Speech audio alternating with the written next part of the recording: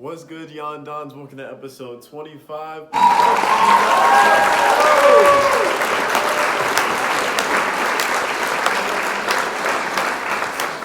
So, today's episode. First off. Before I start, I just want you guys to know that no, there is no vlog this week. And the reason why is because I decided to take some time to myself. I literally just relaxed. I did not do anything.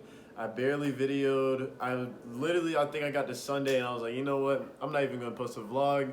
I didn't feel like making any videos, nothing. I just wanted to take time to myself. So the reason why I didn't do anything video-wise this weekend was because I literally just wanted to take time to practice what I preach all the time about self-care, being self-aware and stuff like that. So the reason why I didn't post anything was literally just because I just wanted to relax, and that's it. This is another episode of The Love Doctor. So what we're going to talk about is what to look for in a partner. And I know there's people that are going to look at this and be like, well, I already know what to look for in a partner.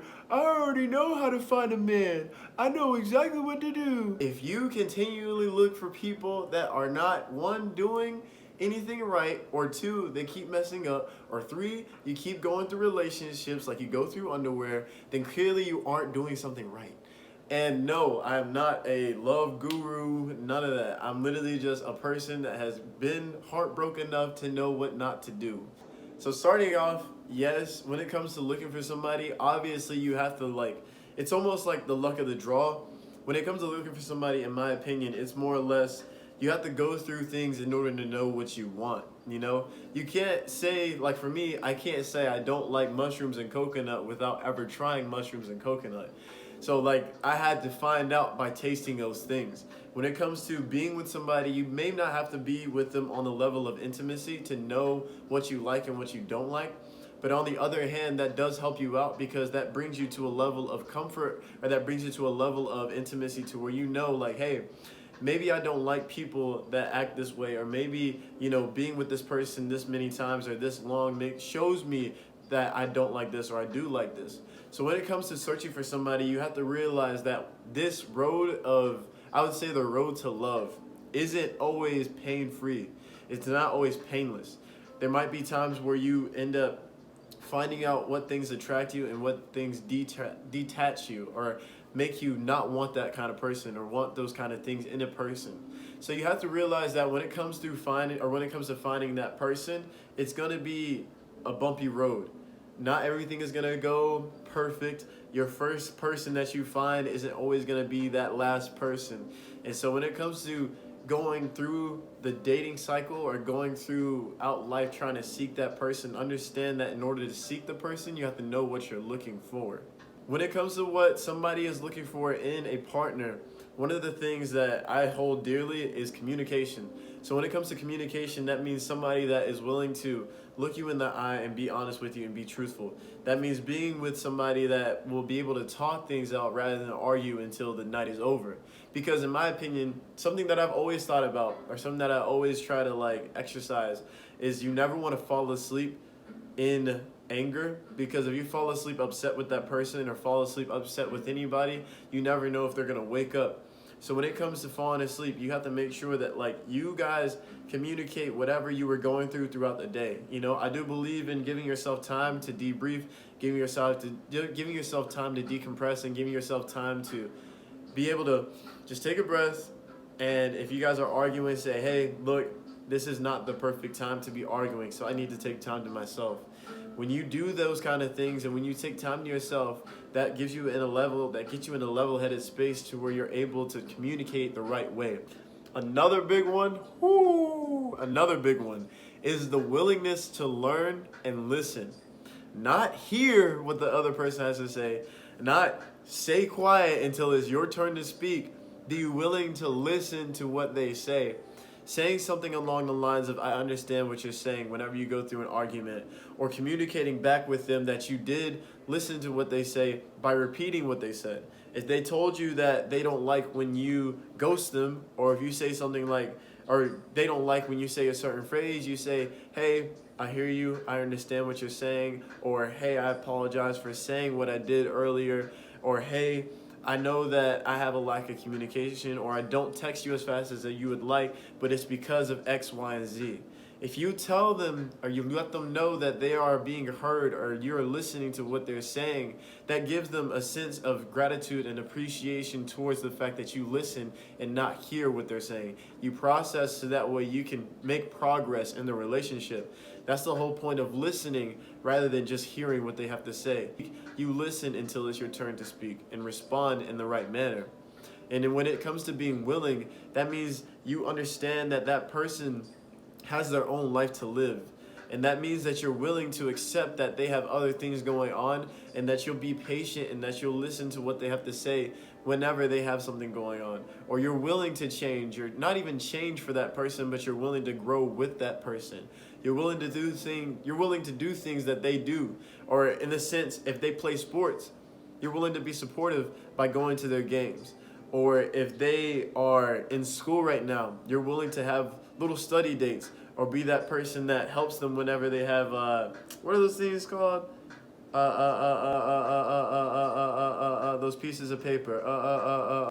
What are those pieces of paper that people study with? Wow, I haven't been in school in a while. I don't know. But whenever they have a study guide, you can be that person that studies with them. Another thing is somebody that is willing to earn your trust. And so I think that we live in a generation where we don't really trust at all, period. But when we do trust, it's so pure and so innocent and so vulnerable, like just right off the rip, which is 100% okay. But when it comes to earning your trust, that means that if it's broken, you have a foundation, right? When it comes to earning something, you appreciate it more. And when you earn, let's say, for example, when it comes to a house that's built, right? If a house doesn't have foundation, then it'll collapse. If a house has foundation, you have a starting point, at least if it breaks or if it does come crumbling down. So what a foundation and earning trust does is build up to where you can start. You'll always have a starting point. Rather than all of it being swept away because they have no history, you're able to show them like, hey, I've earned this because I've built this with you. Or I have some level of trust or some form of trust with you because I took the time to build it rather than just break it all at once. And so that's what that will do. And in return to earning trust, that'll also build respect for one another. Because what respect will do will make it to where you don't want to do anything wrong anyways. And so you have to build that respect, that rapport that you have with one another will make it to where you don't want to do anything to disrespect them anyways. That's one of my biggest pet peeves is disrespect.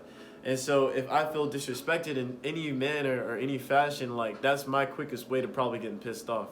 And so if you build that respect and build that trust with that person, you'll be able to build on a foundation that's strong and build on something that can't be broken. And even if it is broken, you have something to start off of to rebuild it and make it even better than before. Another thing is somebody that will respect your values, and in return to respecting your values, appreciate all that you have to offer. So in the past, let's say for example in the past, like that just being vulnerable, one of my things that I am very timid about as far as like finding love and like being with somebody in the future and stuff like that is the fact that I don't know if somebody will fully appreciate everything that I have to offer. And so when it comes to like being all of like everything that I have to offer, like I will be that person that will go to every single one of your basketball games if you played basketball. I'd be that person that helped you study even if I haven't been in school since like college. My first semester of college was like, what was it, 2018? And then I took 1 year to go to Bible school and that was it. But I will still take that time to learn biology a little bit so that way I can help study with you or do something to where I can help you study, or like if you need to go to a coffee shop, I'll just be there to support you. Or if you need flowers because you're upset one day, I'll give you flowers. Or if it's that time of the month, I'll give you your favorite snack and your favorite flowers, your favorite food and your favorite movie. And we could sit there and cuddle all day. Like that's the kind of person that I've always wanted to be for somebody. And like I work out, so I want to have somebody that I work out with. Or I love Jesus, so I want to have somebody that I can have Bible studies with. And I love to pray, so I want to have somebody that I can pray with and pray over, and they can pray over me. And like when it comes to just being fun, like I want to have somebody that I can wrestle, somebody I can throw through the wall, and then they can fight me right back. Like I want to throw hands with my girl respectfully. Like I want to be able to do things that like 100% Josh can do with someone, you know?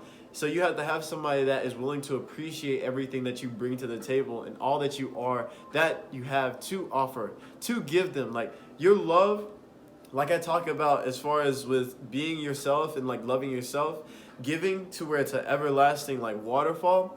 That's the kind of stuff that I think about when it comes to being with somebody. You know, we talk about this phase where it's like there's a honeymoon phase, or it's like a cupcake phase, right? I believe that you don't have to always live in phases. Like we dictate life based off of seasons, when really, like, why do you have to fall out of love with someone? What rule in any Bible or in any history book or in any encyclopedia tells you that you have to fall out of love with someone? What tells you that a honeymoon phase has to just survive a honeymoon and that's it? Like, why does it have to be life hits us so hard that we fall out of love with the person that we're supposed to be with for forever? Like, what tells us that? So when it comes to like giving somebody your all, I believe that you should fall in love with that person damn near every day. You should have something to where you always have an appreciation towards that person. Or even if you just remember the times that you had from day one, and you guys have been married for 25 years, and you're still able to wake up and look at that person as that high school love still, or that person that you met in college still, or you're able to look at your kids and know that the legacy that you guys have built together is still there, or the spark that you have is still there. Like, I'm going to be 90 years old and I'm still going to grab my wife's booty in the grocery store in front of everybody. I don't care how saggy it is. That's the person that I fell in love with. So I'm always going to love that person and appreciate that person no matter what. So when you find somebody that appreciates you for all that you are, they're going to starve and long for you and all of you, and starve and long for everything that you have to offer. They're going to look at the fact that you sing and want to listen to you sing all day.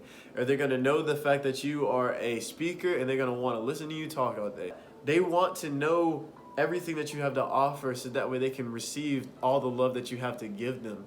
That's what appreciating somebody is not only saying, I love the person that you are, but developing and enveloping and loving everything that they have to offer you, and appreciate those things. Letting them know that all of the stuff that they have, all the experiences that they have that have built that character that they have, it's not for nothing. And you're not going to make them filter out who they are based off of what you appreciate. You're going to take all of it and accept it. And there may be things that you love more than others, but you're going to appreciate everything, because everything that they have gone through and everything that they love and appreciate, all the hobbies that they have built them up to be the person that you love. So if that's the case, then you need to love the things that they have, because everything that they have and everything that they is the person, or everything that they have built up is the person that you have fallen in love with.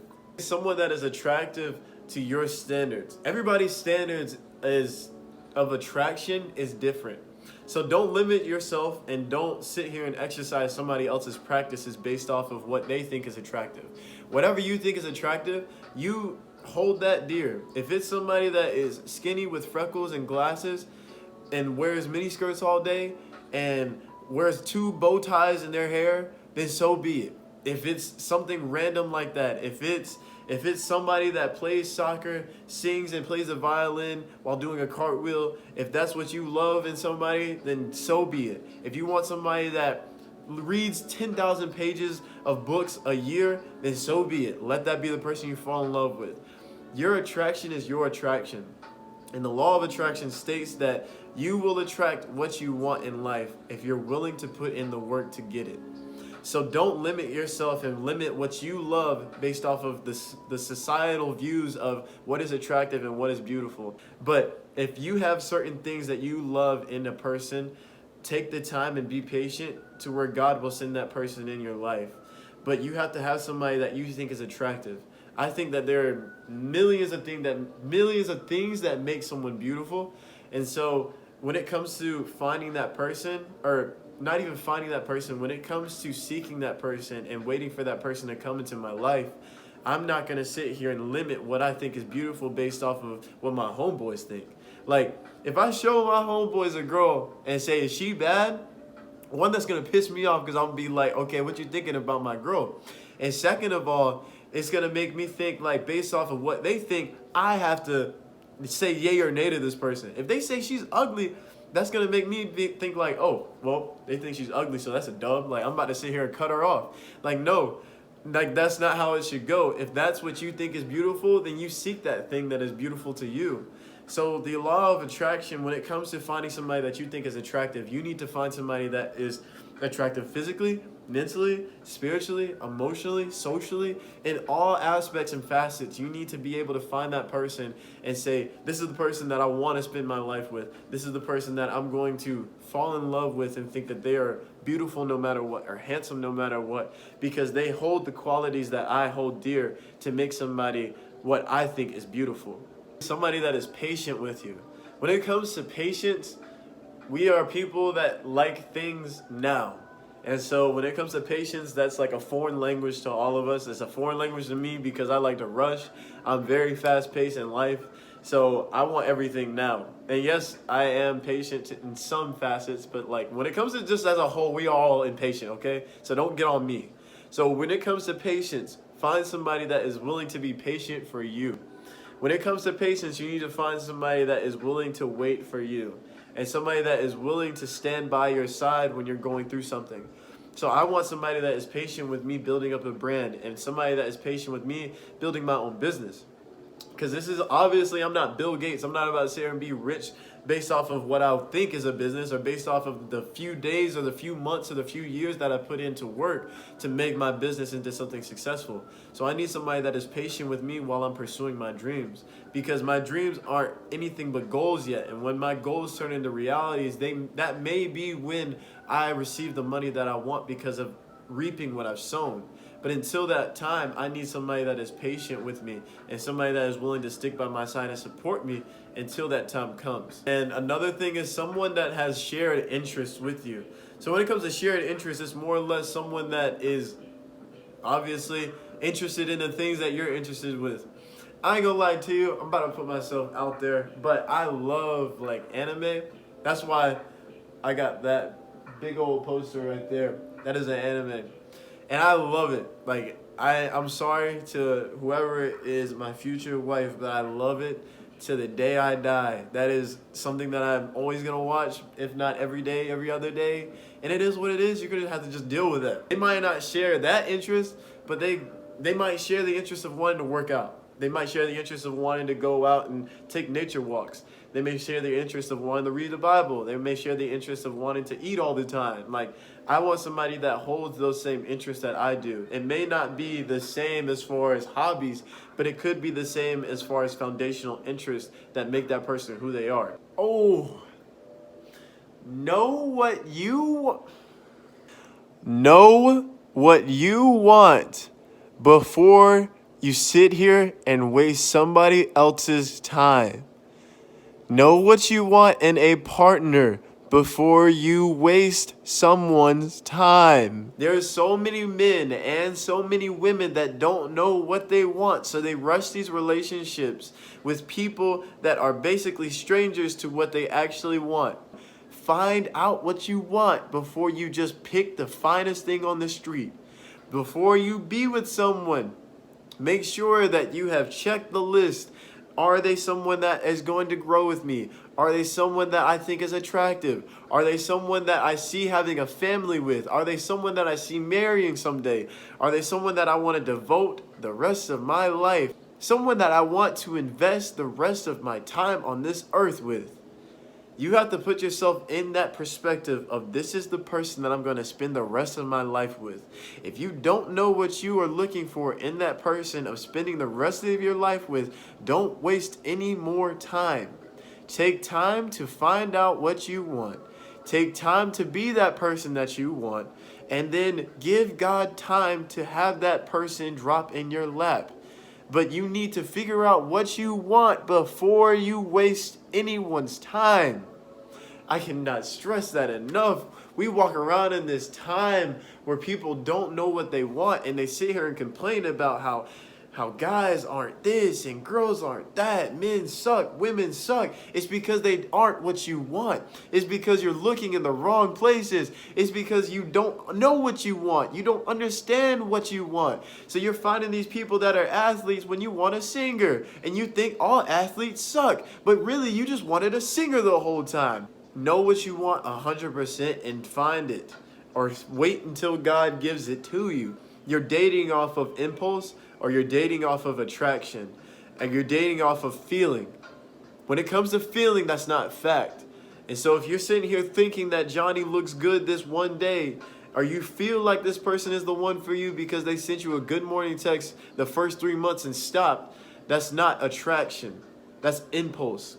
The only thing that you're attracted to is the things that they used to be, or the things that you want them to still be, or you perceive them to be. So when it comes to being attracted to someone, or when it comes to being with someone, you need to understand what you want. You may break their heart because this isn't going to be the person that you want to be with later on, because we're still changing and we're still growing. So that person that you have at 17 may not be the same person at 22. So you have to realize, is this person willing to grow? Is this person willing to change? Is this person willing to be that person, that husband or that wife for me someday? Or am I just sitting here wasting their time until the day we break up, or until the day we realize that we're not the same person that we were in high school? I treat it as I want to date to marry. Like that's really always been my agenda. Even when I was like young, like I knew that like this wasn't gonna be the same person 5 years from now, but at the same time I was like, bump it. If I'm sitting here giving my heart out to this person, I'm gonna do my best to love that, regardless of what they end up being. If I give it to you, if I give you my heart, I'm gonna do my best to preserve that. I don't want you to break it, so I might as well sit here and be the best version of myself and hope and pray that you're the best version of yourself, and that benefits me in a sense. To want the best, you have to be the best. And so it has to be kind of a reflective thing. So for me, I know that I want somebody that is at their best. I want somebody that is 100%. I want somebody that brings a lot to the table in the sense of growth. And so for me, I have to be that person as a reflection. So if I don't understand what I want, or if I don't understand the things that I love or the type of people that I love, I have to figure it out so that way I can be a reflection of that person. I can't sit here and ask for things if I don't deserve it. And so if I want somebody that is trustworthy, I have to be trustworthy. If I want somebody that's communicative, I have to be communicative. If I want somebody that is willing, if I want somebody that is kind, I have to be willing. I have to be kind. So I have to be a reflection of what I want. And so if I want the best, then I have to be receptive, and I have to be understanding, and I have to be willing to give the best. So my best has to be a reflection for myself first, and then in return to that, God will give me the best. Through the law of attraction, that person will come someday. You have to be patient. You have to be prayerful. You have to be faithful. You have to be committed to the idea of this. What's meant to be will be. And you have to be understanding towards the idea of God's, you can't rush perfection. So God is building that person up right now. God is making that person into the best version of themselves, so that way they can be the best version for you and to you. So you have to be patient, and you have to be willing to understand that God is making that person and molding that person into the best version of themselves. You're not going to eat uncooked eggs, so why are you going to sit here and do that? Be patient and wait for them to cook. And so you have to be patient with the idea of, I want the best, and the best takes time. I can't rush perfection. I can't rush the process of this person, because if I rush the process, they're not going to be their best. If I take them at 90%, there's still that 10% chance of them not being ready. So what I say, when it comes to finding someone, let them find you. Let the law of attraction be a real thing, and be patient.